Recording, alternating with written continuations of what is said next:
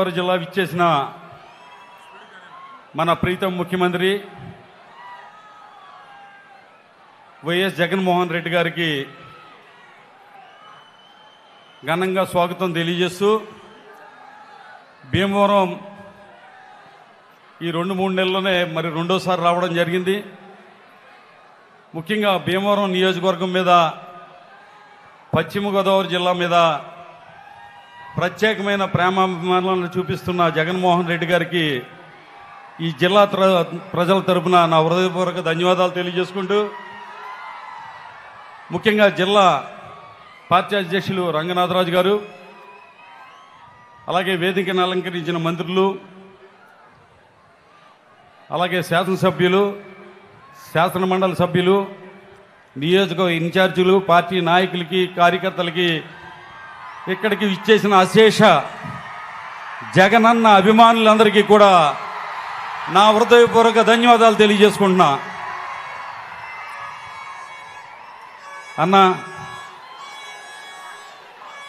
ఈ రోజున చాలా సమయం ఆలస్యం అవుతుంది, చాలా తక్కువ సమయం మాట్లాడమన్నారన్న.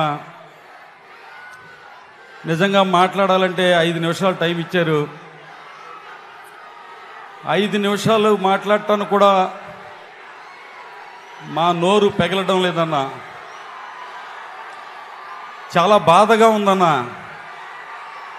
ఇవాళ ఇన్ని లక్షల మంది మిమ్మల్ని దగ్గరగా వచ్చి, అన్నా ఎలా ఉందన్నా, మీకు దెబ్బ తగిలింది, ఆరోగ్యం ఎలా ఉంది అమ్మి అని మీ శ్రేయాభిలాషులుగా వాళ్ళందరూ కూడా మీ శ్రేయస్సు కోరి ప్రతి ఒక్కళ్ళు కూడా మిమ్మల్ని చేపట్టుకుని పలకరించాలనే ఆప్యాయత అభిమానాలతో వచ్చిన లక్షలాది మంది జనమన్నా అన్న, నీ అభిమానులు అన్నా వాళ్ళందరూ. ఒక్క అవకాశం ఇయ్యన్నా వాళ్ళందరూ కూడా వచ్చి నీ యోగక్షేమాల కోసం కనుక్కోవడానికి వచ్చిన ఈ అశేష జనం నీ చేయి పట్టుకుని వదలరన్నా. నిజంగా చాలా బాధగా ఉందన్నా. రాజకీయాలు ఇంత దిగజారిపోతాయా అని. అన్నా, రాయితో దాడి చేసి నీకు గాయమైతే రాష్ట్రంలో ప్రజానీకం అంతా కూడా నీ మీదే ఆశలు పెట్టుకున్న బడుగు బలహీన వర్గాల వారు, అక్క చెల్లెమ్మలు, రైతన్నలు, భావి భారత పౌరులు, అనేక మంది పేదరికంలో ఉన్న ప్రతి ఒక్కరూ కూడా నీ మీద ఆశలు పెట్టుకున్నవారు. అరే, నీ కంటికి తగిలుంటే కన్ను పోను కదా, అరే కొద్దిగా నవరగంత మీద తగిలుంటే ఇంకా పెద్ద ప్రమాదం జరుగును కదా. మానవత్వం లేని మృగాలు చంద్రబాబు నాయుడు, పవన్ కళ్యాణ్ గారు మాట్లాడుతున్న మాటలు చూస్తుంటే మా గుండెలు తరుక్కుపోతున్నాయన్నా. నిజంగా దారుణం అన్నా. వాళ్ళకి మంచి బుద్ధి గారు మాట్లాడుతున్న మాటలు చూస్తుంటే మా గుండెలు తరుక్కుపోతున్నాయన్నా. నిజంగా దారుణం అన్నా.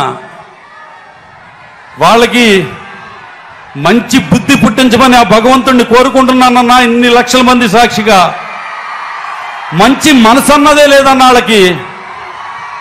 నిజంగా అన్నా, నీ మీద ఎందుకన్నా ఇంత ద్వేషం, ఎందుకన్నా నీ మీద అంత కక్ష అన్న? అవ్వా తాతలకి 65 సంవత్సరాలు వస్తేనే కానీ పెన్షన్ రాని వాళ్ళకి 60 సంవత్సరాల వాళ్ళకే మరి 3000 పెన్షన్ వాలంటీర్ల ద్వారా తెల్లవారు గట్ల 5 గంటలకే వాళ్ళందరికీ అందిస్తున్నందుకన్నా, భావి భారత పౌరులు మన పిల్లలు బాగా చదువుకోవాలి, వాళ్ళకి విద్యను సంపదగా అందించాలి, ఆ కుటుంబాలు పేదరికం నుంచి పైకి రావాలని ఆలోచన చేస్తున్నందుకు అన్నా నీ మీద అంత కక్ష అన్నా. ప్రతి పేదవాడికి, ప్రతి రైతుకి, ప్రతి అక్క చెల్లెమ్మకి కూడా తమ కింద నుంచి ఎక్కడో చోట పని చేసుకుని బతుకుతున్న వారందరూ కూడా మనం కూడా ఆత్మాభిమానంతో ఆర్థికంగా పైకెదిగి మనం గర్వంగా సగర్వంగా బతకాలని ఆలోచన చేస్తున్న వారికి మీరు చేయి అందిస్తున్నందుకన్నా మీ మీద కక్ష అన్నా. నిజంగా మీకు తగిలిన గాయం మాకు తగిలిన గాయం అన్నా. పేదవాళ్ళ ఆశల్ని విధివేయాలని చూస్తున్న దుర్మార్గులు, దుష్టులకి మంచి మనసుని కలిగించమని చెప్పి ఆ భగవంతుడిని ప్రార్థిస్తూ, అన్న నువ్వు 10 కాలాల పాటు ఆయురారోగ్యాలతో ఉండాలన్నా, క్షేమంగా ఉండాలన్నా, నీ మీద ఎంతోమంది ఆశలు పెట్టుకుని ఉన్నారన్నా. ఈ రాష్ట్ర ప్రజలు అవ్వ తాతల కాడించి నేడు పుట్టిన బిడ్డ వరకు కూడా వాళ్ళ భవిష్యత్తు కోసం నిజంగా చెప్పాలంటే అన్న నీ గురించి 2 గంటలైనా సరిపోదన్నా. కానీ నాకు మాటలు రావటం లేదన్నా. మీరు 10 కాలాల పాటు ఆయురారోగ్యాలతో సంతోషంగా ఉండి ఈ రాష్ట్ర పేదల యొక్క పక్షాన నిలబడి వారిని పేదరికం నుంచి పైకి తీసుకొచ్చి వాళ్ళ సగర్వంగా ఆత్మాభిమానంతో తల ఎత్తుకుని తిరిగేలాగా మీరు చెయ్యాలని కోరుకుంటూ ఆ భగవంతుడిని అన్న ఈ లక్షలాది మంది ఆశీర్వాదం మీకుంటుందని తెలియజేసుకుంటూ సెలవు తీసుకుంటున్నానన్న.